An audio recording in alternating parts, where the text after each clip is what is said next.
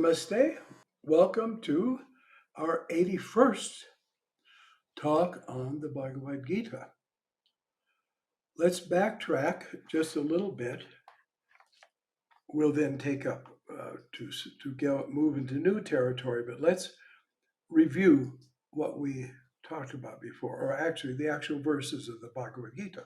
Reverence for the gods, the twice born, teachers and the wise, purity, straightforwardness, brahmacharya, and non-injury. These are called the Tapasya of the body. Speech which causes no distress or vexation, truthful, pleasant, beneficial, instruction in the knowledge of the self, these are called Tapasya of speech. Tranquility of mind, kindliness, silence, self-control, and purity of the mental state, these are called Tapasya of the mind. Yes. All right, tranquility of mind. Genuinely so, not just hanging on to yourself and not reacting, not getting nervous, not getting angry or whatever, but it means the mind is in a state of tranquility. Well, how will it be in this state? Japa and meditation. That's the direct way to it. Constant japa and regular deep meditation. That's how you get it.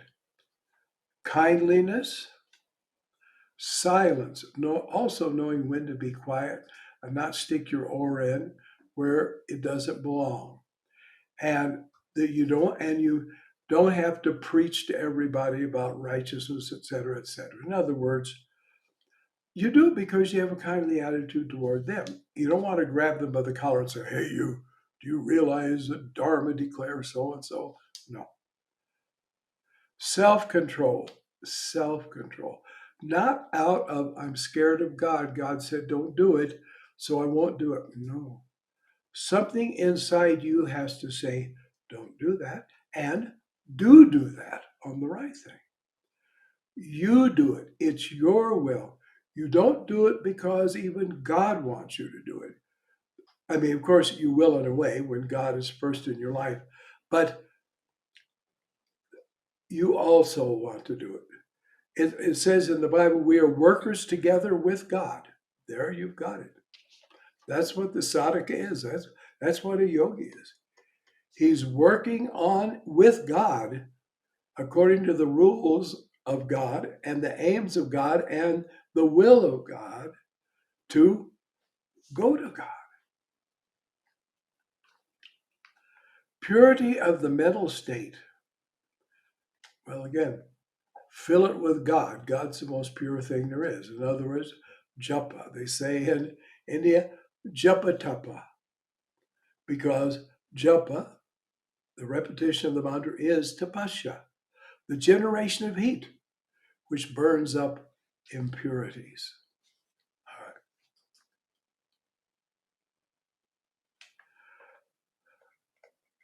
These are called the tapasya of the mind. All right, now we're ready to start. This threefold tapasya, practiced with the highest faith.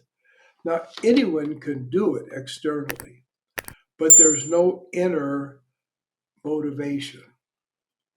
But it must be. And it must be a feeling of assurance. Yes, this is how I will purify myself, and this will work. After a while, you've got evidence that it works, and then your faith is faith in your faith, faith in your own experience. Just as I mentioned before, when Jesus talked with the woman at the well, and she went and told people, I met this man, he told me everything I ever did, etc. And they too came, they believed in Jesus, and they said to her, we don't believe because you told us, but because we've seen for ourselves. That's the only really vital living faith, is you know it yourself. And this tapasya is the way, with the highest faith, by those without desire for fruits. I don't want earthly, material benefits. And steadfast, not a little day, oh, then I slacked off. Well, then I've known people like this. I've known people, they didn't meditate for 3 days, so they meditate for 2 hours. Then they meditate for weeks, so they meditate for an hour and a half or so. It doesn't work. And I've known several people who was, when this and this and this and this and this, then I'm going to settle down. I'm going to dig in, and I'm really going to be a yogi. Not one of them ever did it, you see. People that are always getting ready don't go. There's that story I think I've told about, but I'll tell it again. That was written by, I believe it was Tolstoy. It's called Going to Moscow. And it was about a small town. Of course, they had their own train station. And there was a man and his 2 sisters, unmarried, they lived together. And every day they would come to the train station,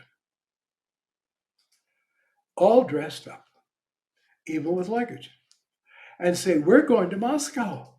People, the earlier days, people say, oh, that's nice. After a while, they didn't.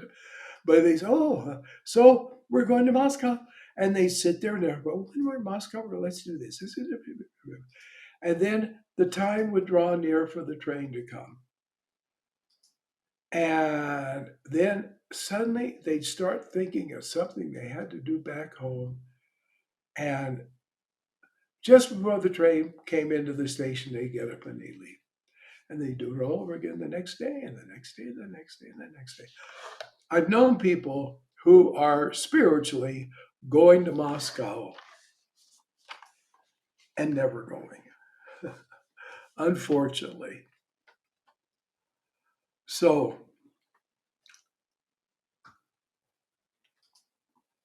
this threefold tapasya, practice with the highest faith, without desire for fruits and steadfast, is considered to be sattva, because you don't want the fruits, but you produce the fruits.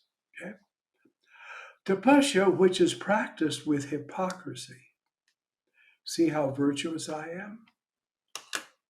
Jesus talked about the man who says, I tithe, I do this and that, I do all this charity. Well, the fact that people know it and respect you for it means there's no positive karma coming from it at all, because you've already got it. As Jesus said, verily they have the reward. Tapasya, which is practiced with hypocrisy to gain acceptance, honor, and reverence. Oh, yes. Is declared to be Rajasic, unstable, and transitory. So it's just for the moment, and there's no lasting benefit. Of course, I think of a wonderful, wonderful man I met that was from a family, an Indian family. They had founded the largest charitable trust, that is a fund which did good works and helped people, the largest in India. And he dressed like a really poor person. I don't mean they're raggy and dirty clothes, but he had 2 shirts, 2 dhotis, guess a couple of things of underwear. I expect he had a shawl for cold weather. That was it. Oh, he had 1 pair of shoes, 1 pair of sandals. And so the head of the Anandamaya Sangha said to him one time, why don't you spend any money on yourself? And he said, if I spend it on myself, how will I spend it on others? His name was Jagannath Roy. It was a wonderful thing. I'm so glad I met him. And of course, right in his presence, Panuda said this stuff, and he stopped him and he said, "We've all come to the feet of Ma, Anandamaya Ma, and in her sight, who knows who was great? Because of course Ma saw with the divine eye. Tapasya, which is practiced with deluded notions of the self. Oh, I never do this, I never do that because I don't want to go to hell. Well, the self doesn't go to hell. It doesn't experience hell. The lower part does. But we've got to know about the self. Everything should be done in the context of the self and its reality and its nature. So those who do things like, and God spoke to me and told me to do it. Oh, yes. Deluded notions about God as much as about themselves. Or I'm going to beat myself. I'm going to torture my body. I'm going to discipline it. I'm going to bring it under subjection. God wants that. And you see, okay, look at Christianity. Not for too long. Jesus suffered, died on the cross. All right, that brought salvation. So suffering is the way. I grew up being told suffering elevates you. Well, I knew lots of people that suffered and were miserable, and all they were egocentric people who were bitter and had a bad idea toward everybody else because they were miserable. And there were some people that blamed God for it, and so they hated God. Suffering did not ennoble you. The nobility is in the self, and only the uncovering of the self is and it brings about any traits of genuine nobility. But people have deluded notions because they got a deluded religion. So they do all this stuff, and therefore it says, and self-torture. People with self-loathing, they do this. Well, I looked at the clock when I knew a woman who did this. She hated herself, and she belonged to a destructive cult, yoga cult. Right there was problems, and everybody that belonged to it hated themselves, and they hated all their fellow members. And when they got together, they either griped at each other, or they griped about each other. And of course, they had the one and only true master that exists in the world. Only one master is ever in the world at a time, and it's ours. They hated Hinduism. They were virulently anti-Hindu, which is interesting. They're right in the middle of India. They even had a website which had, that international symbol, it's a circle and there's a line through it, for like traffic, this is prohibited, that's prohibited. Well, on their website, they had this thing, and behind it, in a series, appeared over and over the pictures of all the Hindu gods. In other words, no Durga, no Krishna, no Vishnu, no Shiva, no. Right in India, can you imagine it? And so it was, and therefore they hated each other. They were mean to themselves. They were strict vegetarians, mostly because they liked eating meat, and being vegetarian would be virtuous because they had to deny themselves. There's no virtue in denying yourself cyanide or any kind of poison. So there's no great virtue in being a vegetarian because it's just good for you. Meat eating is bad for you. So it's just good sense. It's not particular virtue. In intelligence, yes. So they even approached that as like, well, we're denying ourselves because we want to get there. And this woman, anyway, you were supposed to meditate 3 hours a day minimum. Now, we have that as a goal, usually by our schedule, meditate 3 hours. And I've written, yes, there's something good about 3 hours. If you can meditate 3 hours, you can meditate 8 hours. It's true. But it's just a hint and it's a suggestion, but not until you've worked up to it. We practiced meditation for some years before we started doing that. When you start out with your meditation, you meditate 15 minutes, then make it 20, and then make it a half hour. And it should be at least an hour. Sri Gajanana Maharaj talks about this. But it's good to do for a longer time if you can, or say just once a week you have a longer meditation, or once in a month, whatever. But voluntarily.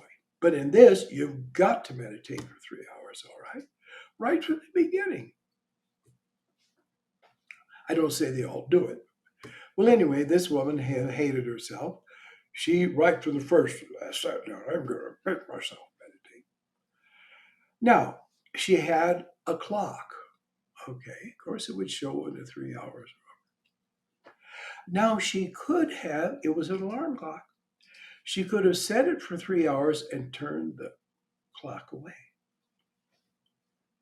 But instead, she had it there, and she knew when she started, so what would be the time to end. So if she just kind of looked at the clock to see, well, how much time has passed, then I add 15 more minutes on. Well, if she did it 4 times, it was an hour more. So she destroyed her health eventually, of sitting there for hours, no eating, no nothing. And so, then what she denounced meditation, said, I gave it a chance and it made me sick. So she's happy. She still can just roll with the rest of the pigs in the mud and eat slop and grunt because she gave that yoga stuff a chance. So it is self-torture. So there are people who do that. When you are meditating, a sense of like, all right, you no good for nothing me, you sit down there and you put your mind on God. You can guess how far that's going to go. Or for the purpose of harming another, because there are certain tapasyas you can do that they know about in India. Understand, Sri Ramakrishna said, where the light is brightest, the shadows are darkest. The worst black magic in the world is in India. Some of the most stunning degradation of the world is in India. And that's the way it is. Because those who don't go for the light really go for the dark. When you're in most countries, nothing is going on. So everybody's kind of a mediocrity. Mediocre good, mediocre bad. But this is one of the things. You're going to India, be prepared. So then,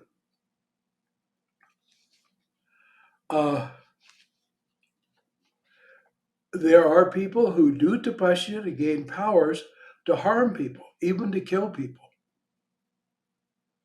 Very definitely so. It does happen to get their enemies and so on. Of course, it's not sadhana. It's all kinds of austerities and so on, but they do say, maybe recite certain mantric formulas that are meant to be harmful to another person. It's there. That's Tamasic.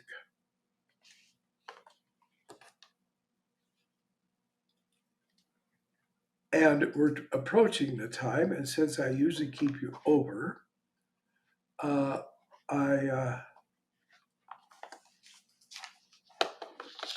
won't. I won't this time. So you can remember maybe there were one or two times where things were ended at the right. But the Gita.